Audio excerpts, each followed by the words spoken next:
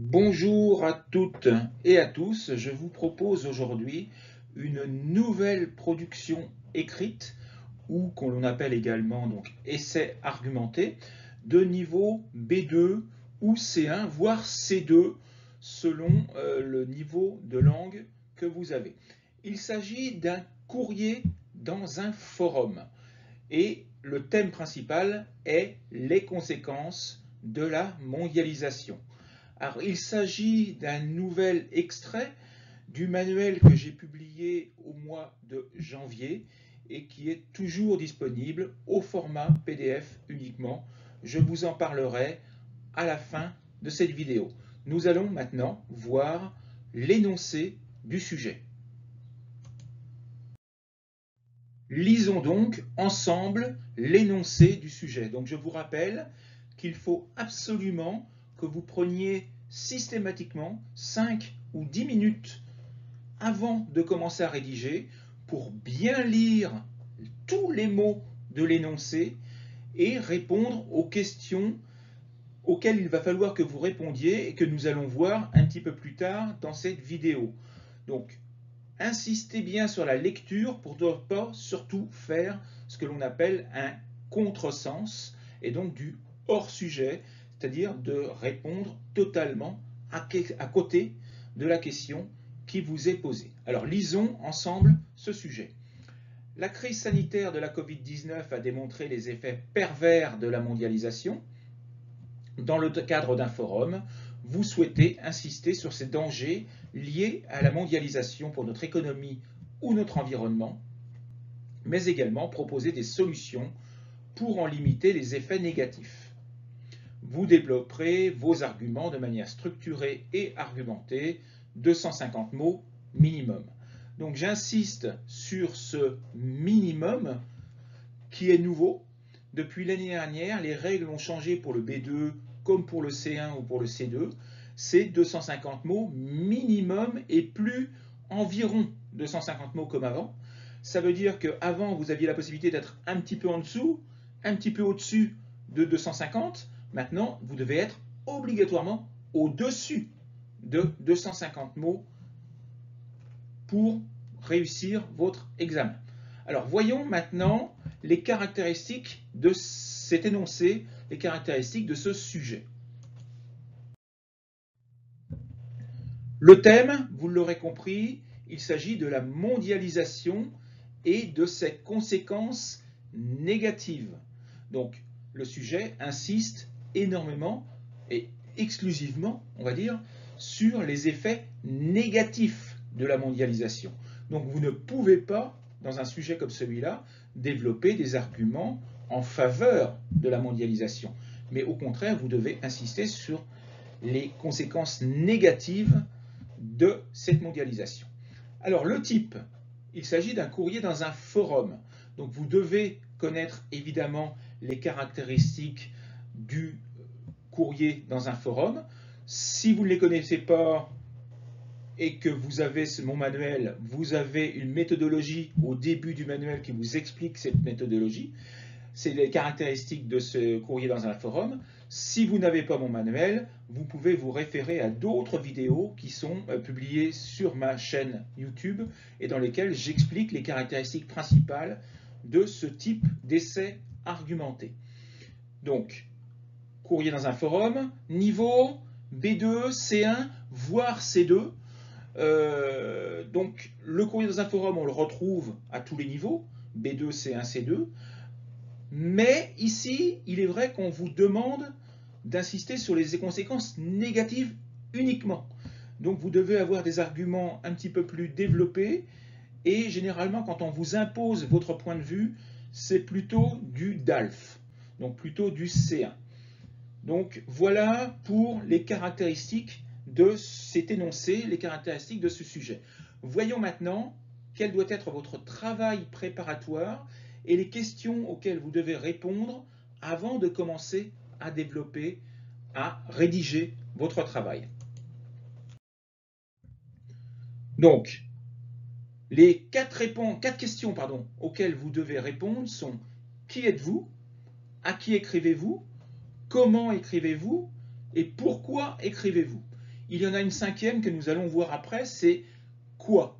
Qu'est-ce que vous écrivez? Donc les arguments que vous allez développer. Donc, qui êtes-vous? Vous êtes un citoyen concerné qui s'inquiète justement des effets négatifs de la mondialisation au niveau économique, nous l'avons vu, et au niveau environnemental. Et vous souhaitez partager vos inquiétudes avec les autres personnes qui lisent, qui participent à ce forum. Donc, évidemment, vous devez faire ce que l'on appelle la contextualisation, enfin ce que j'appelle la contextualisation, c'est un terme que vous ne retrouverez peut-être pas dans d'autres méthodologies.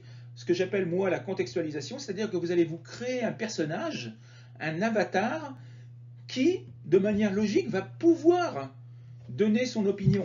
Parce que pour pouvoir donner son opinion sur un sujet quelconque, il faut avoir un vécu, il faut avoir, disons, un élément déclencheur qui vous donne envie de partager votre point de vue. Donc il faut que vous développiez dans l'histoire de votre personnage l'élément déclencheur qui vous donne envie de partager votre point de vue. Donc n'oubliez pas, première partie de votre travail, la contextualisation. À qui vous écrivez? À tous les autres lecteurs de la revue, et donc à ceux qui participent à ce forum. Vous devez bien entendu, à la fin, rappelez-vous les caractéristiques du forum, leur donner la possibilité de répondre à votre point de vue, et à leur tour d'engager le débat. Donc de débattre à leur tour et de donner leur opinion en faveur ou opposée à ce que vous avez proposé. Donc, surtout en fin de travail, rappelez-vous que vous devez leur donner la possibilité de répondre. Comment écrivez-vous?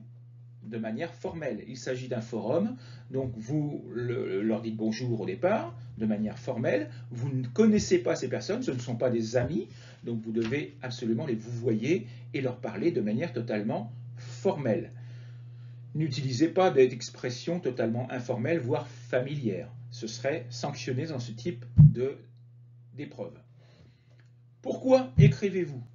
Nous l'avons vu tout à l'heure, parce que vous avez vu les conséquences négatives de la mondialisation, notamment en relation directe avec ce que nous avons vécu pendant les 2 dernières années, avec la pandémie sanitaire. La crise sanitaire que nous avons vécue a montré les défaillances, les faiblesses de la mondialisation, et vous voulez insister sur ces faiblesses.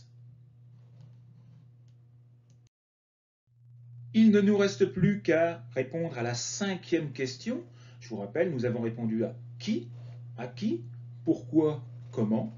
Il nous reste à répondre à la question quoi, c'est-à-dire quels sont les arguments que vous allez développer pour expliquer aux personnes qui lisent dans ce forum vos inquiétudes. Donc, il y en a évidemment d'autres, je vous en propose 3 ici.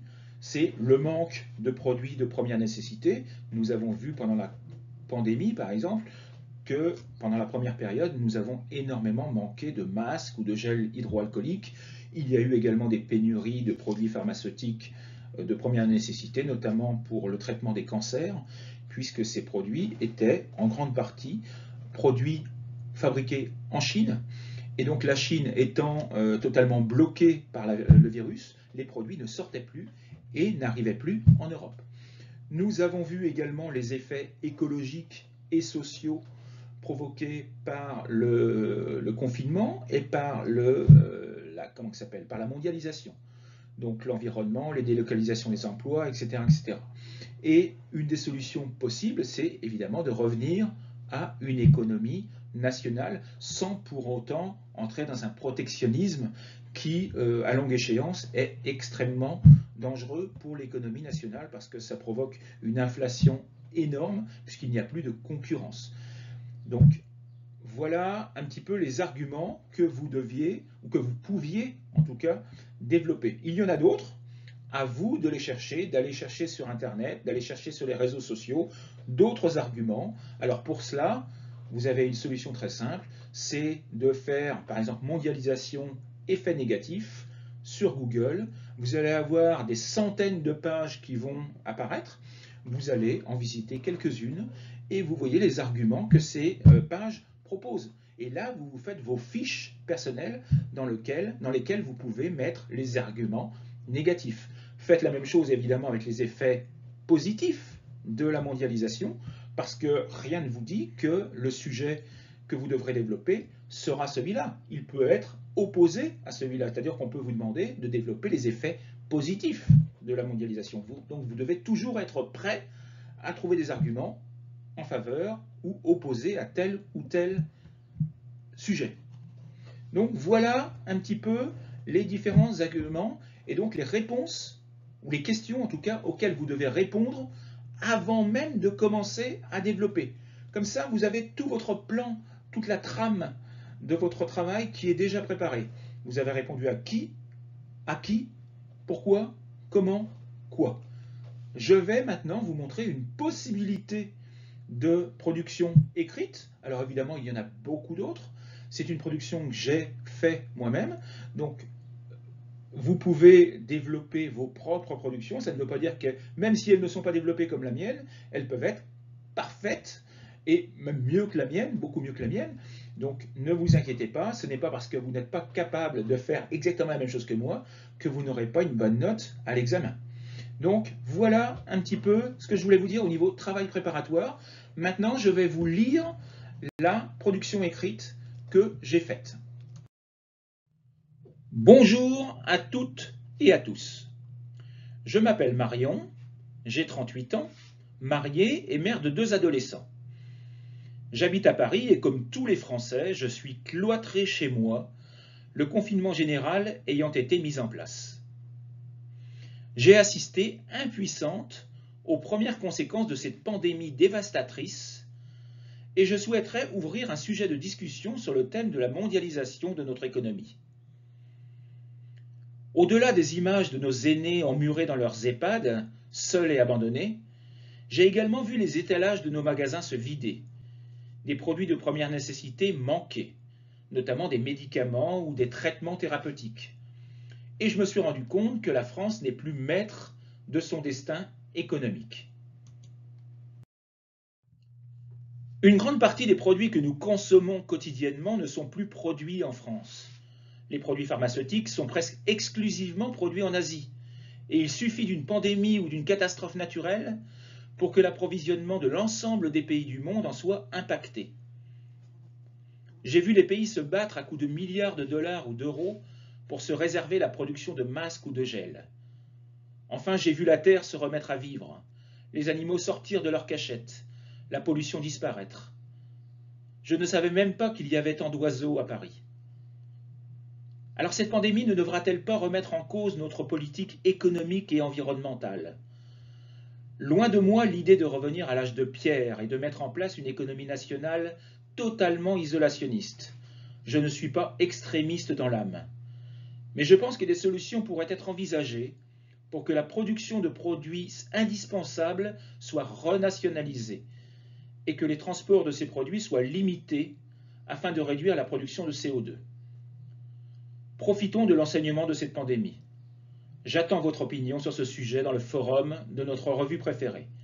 Marion Maillet.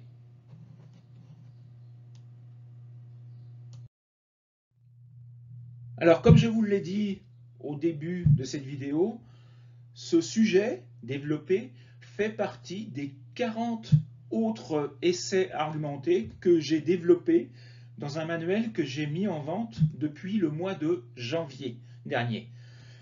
Ce manuel donc comprend 40 sujets développés sur tous les thèmes les plus fréquents lors des examens de B2 et de C1.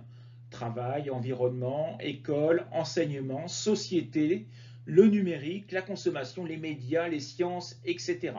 Et bien évidemment, les conséquences de la crise sanitaire de la Covid-19. Dans ce manuel, vous trouverez également un rappel des différentes méthodologies que vous devez maîtriser, que ce soit la lettre formelle, comme la lettre dans un forum, comme nous venons de voir ici, comme le courrier des lecteurs, comme l'article de journal. Donc vous trouverez de nombreux exemples pour chacun de ces sujets.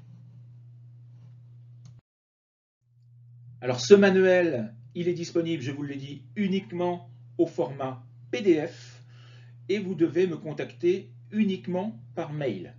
Ce manuel, donc l'essai argumenté, 40 sujets développés, que vous avez en haut à droite de l'écran, est au prix de 15 € si vous payez par virement bancaire, c'est-à-dire si vous habitez en Europe. Si vous n'habitez pas en Europe, vous devrez payer par PayPal parce qu'il n'y a pas d'autre solution de paiement possible. Et le prix est de 16 € parce que PayPal prend 1 € de frais de transaction.